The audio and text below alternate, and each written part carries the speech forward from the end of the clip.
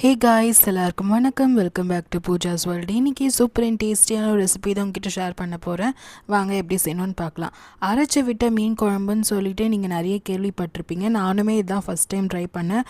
சூப்பராக வந்திருந்தது.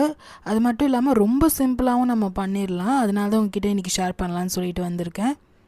நான் வந்து இன்றைக்கி பார்த்திங்கன்னா ஒரு 1/2 கிலோ மீன் எடுத்திருக்கேன். அதுக்கேற்ற மாதிரி தான் உங்களுக்கு வந்து அளவு சொல்லியிருக்கேன். ஸோ ஒரு கடாயில் பார்த்திங்கன்னா முதல் 2 டேபிள் ஸ்பூன் எண்ணெய் விட்டுக்கிறேன். எண்ணெய் விட்டுட்டு ஒரு 3 மீடியம் சைஸ் வெங்காயம் வந்து கட் பண்ணி வச்சுருக்கேன். அதை வந்து இதில் ஆட் பண்ணிக்கலாம். ஆட் பண்ணிவிட்டு ரொம்ப ப்ரௌன் ஆகணும் அப்படின்லாம் நம்ம கிடையாது. எல்லாத்தையுமே சேர்த்து நம்ம வதக்கி அரைக்க போகிறோம். அந்த அளவுக்கு நமக்கு வந்து வதங்கினா போதும்.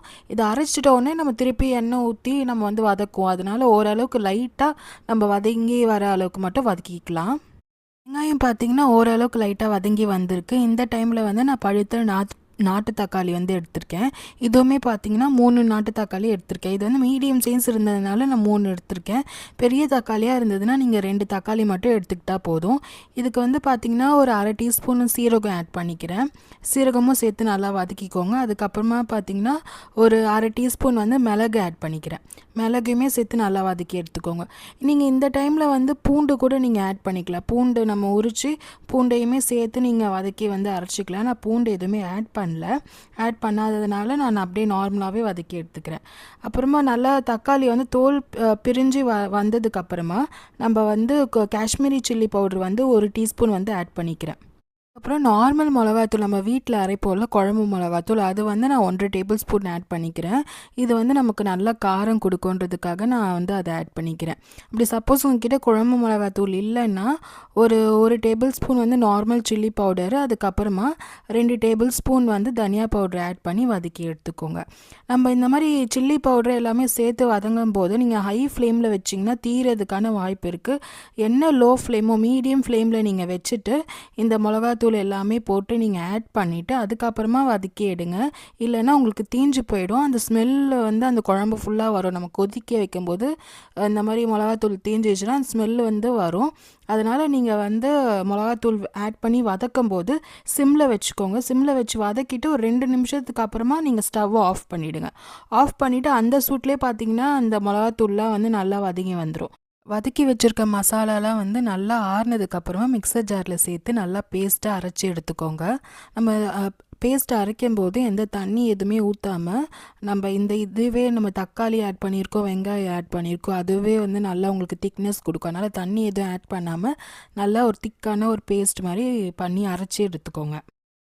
அதுக்கப்புறமா ஒரு கடாயில் பார்த்திங்கன்னா ஒரு 3 டேபிள் ஸ்பூன் எண்ணெய் விட்டுக்கிறேன். நான் நார்மல் சன்ஃப்ளவர் ஆயில் தான் யூஸ் பண்ணியிருக்கேன். அப்படி உங்களுக்கு வேணும்னா நீங்கள் நல்லெண்ணெய் யூஸ் பண்ணிங்கன்னா இன்னுமே வந்து டேஸ்ட்டாக இருக்கும். நீங்கள் நல்லெண்ணெய் ஊற்றி ட்ரை பண்ணி பாருங்கள்.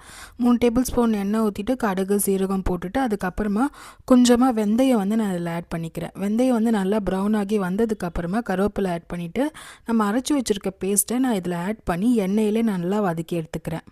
இன்னும் டேஸ்ட் அதிகமாக வேணும்னு நினச்சிங்கன்னா நம்ம தாளிக்கும் போது கடுகு சீரகம் வெந்தயம் போட்டு தாளிச்சிட்டோல ஒரு சின்ன வெங்காயம் ஒரு 10 சின்ன வெங்காயம் இருந்ததுன்னா நீங்கள் உரித்து இதில் ஆட் பண்ணி நல்லா வதக்கிட்டு அதுக்கப்புறமா இந்த பேஸ்ட் ஆட் பண்ணிங்கன்னா இன்னும் டேஸ்ட்டாக இருக்கும். மீன் குழம்புக்கு சின்ன வெங்காயம் வேறு லெவல் டேஸ்ட்டாக இருக்கும். நீங்கள் உங்கள்கிட்ட இருந்ததுன்னா நீங்கள் ஆட் பண்ணுங்கள். என்கிட்ட இல்லாததுனால நான் வந்து இந்த வெறும் பேஸ்ட் மட்டும் போட்டு ஆட் பண்ணி பண்ணுறேன். இது கூடவே நல்லா தான் இருக்கும். சப்போஸ் சின்ன வெங்காயம் இருந்ததுன்னா டேஸ்ட் இன்னும் கொஞ்சம் என்ஹான்ஸ் பண்ணி தரும். அதனால் உங்களுக்கு வேணும்னா நீங்கள் அந்த மாதிரி கூட ட்ரை பண்ணி பார்க்கலாம். இந்த அரைச்சி வச்சுருக்க பேஸ்ட்டு பார்த்திங்கன்னா எண்ணெயிலே நல்லா வதங்கி சுருண்டு வரும். அதுக்கப்புறம் பார்த்திங்கன்னா எண்ணெய்லாம் வந்து லைட்டாக பிரிஞ்சு வரும். அந்த டைமில் நம்ம வந்து தண்ணி ஆட் பண்ணிக்கலாம். நான் ஆல்ரெடி அரைச்சல இந்த பேஸ்ட் அரைக்கும் போது மிக்சியில் இருந்தது. அதிலே வந்து கொஞ்சம் தண்ணி ஆட் பண்ணி ஷேக் பண்ணி இதில் ஊற்றிட்டு கொஞ்சமாக இன்னும் தண்ணி வேணும்னு ஆட் பண்ணிவிட்டு அப்புறம் லெமன் சைஸ் புளி வந்து கரைச்சி வச்சுருக்கேன். புளி கரைச்சி வச்சோன்னா அதையும் இதில் ஆட் பண்ணிவிட்டு தட்டு போட்டு மூடி ஒரு 6 நிமிஷம் போல் நல்லா கொதிக்க விடுங்க. உங்களுக்கு பச்சை வாசனை நல்லா போகணும். அதுக்கப்புறம் உங்களுக்கு என்ன திக்னஸில் அந்த மாதிரி குழம்பு வேணுமோ அந்த திக்னஸில் வரலாம் நீங்கள் கொதிக்க வச்சு எடுத்துக்கலாம். உப்புமே வந்து நீங்கள் பார்த்தீங்கன்னா அட்ஜஸ்ட் பண்ணிக்கோங்க. இந்த டைமில் கொதிக்கிற டைம்லேயே உப்பு வேணும்னா பார்த்து அட்ஜஸ்ட் பண்ணிக்கோங்க. நான் உப்பு எல்லாமே ஆட் பண்ணி அட்ஜஸ்ட் பண்ணிவிட்டேன். நான் சங்கரா மீன் வந்து மஞ்சத்தூள் கல்லுப்பு போட்டு நல்லா வாஷ் பண்ணி வச்சுருக்கேன். எப்பயுமே நீங்கள் இந்த மாதிரி சங்கரா மீன் ஆட் பண்ணும்போது அது இன்னும் கொஞ்சம் உப்பு வந்து டேஸ்ட் இன்னும் கொடுக்குன்றதுனால நான் உப்பு எப்பயுமே கம்மியாக தான் ஆட் பண்ணுவேன் சங்கரா மீனை பொறுத்த வரலும். மீன் எல்லாம் ஆட் பண்ணிவிட்டு ஒரு 2 நிமிஷம் தட்டு போட்டு மூடி கொதிக்க வச்சு எடுத்திங்கன்னா அரைச்சி விட்ட மீன் குழம்பு வந்து சூப்பராக ரெடி ஆகிடும். இது வந்து வேறு லெவலில் இருந்தது. எனக்குமே ரொம்ப ரொம்ப பிடிச்சிருந்து. ஃபஸ்ட் டைம் நான் அதை ட்ரை பண்ணி பார்க்குறேன். ரொம்ப சிம்பிளான டிஷ். ஒர்க்கிங் உமன் அவங்களாம் இருந்தீங்கன்னா ரொம்ப ஈஸியாகவே பண்ணிடலாம். இந்த டிஷ் பிடிச்சிருக்கோன்னு நினைக்கிறேன். பிடிச்சிருந்தா நம்ம சேனலை சப்ஸ்கிரைப் பண்ணி சப்போர்ட் பண்ணுங்கள்.